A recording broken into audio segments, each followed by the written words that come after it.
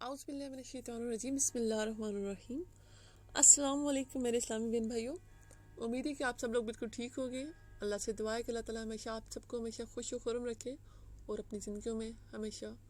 صحت و تندرست رکھے، آمین۔ آج جمعہ ہے اور جمعے کے حوالے سے کچھ باتیں آپ سے شیئر کرنی ہیں۔ سورۃ الکہف کی فضیلت آپ لوگوں نے ڈیفینیٹلی سنی ہوگی، جمعہ کے دن خاص طور پر اس کو پڑھنے کی فضیلت آپ نے سنی ہوگی۔ حضور پاک صلی اللہ علیہ وآلہ وسلم نے فرمایا، جو جمعہ کے دن سورۃ الکہف پڑھے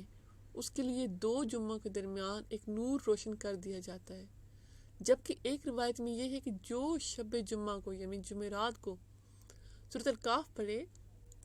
اس کے اور بیت العتیق کے درمیان ایک نور روشن کر دیا جاتا ہے۔ شب الایمان الحدیث۔ حضرت ابو ہریرہ رضی اللہ تعالیٰ عنہ اور حضرت حذیفہ رضی اللہ تعالیٰ عنہ بیان کرتے ہیں کہ رسول اللہ صلی اللہ علیہ وآلہ وسلم نے فرمایا، اللہ تعالیٰ نے ہم سے پہلے لوگوں کو جمعہ سے دور رکھا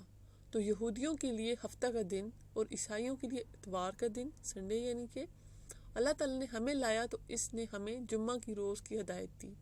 اور جمعہ اور پھر اس کے بعد ہفتہ اور اس کے بعد اتوار رکھا، اور اسی طرح روز قیامت بھی وہ ہمارے پیچھے ہوں گے، ہم دنیا میں آخری ہیں اور قیامت کی روز پہلے ہوں گے، جن کا سب مخلوق سے قبل فیصلہ ہوگا۔ صحیح مسلم حدیث۔ حضرت انس رضی اللہ تعالیٰ عنہ فرماتے ہیں کہ نبی کریم صلی اللہ علیہ وآلہ وسلم نے فرمایا، جو مسلمان محرم الحرام کے پہلے جمعہ کا روزہ رکھتا ہے اللہ تعالیٰ اس کے گزشتہ سال کے گناہ بخش دیتا ہے، اور جو شخص محرم الحرام میں جمعرات، جمعہ اور ہفتہ کا روزہ رکھتا ہے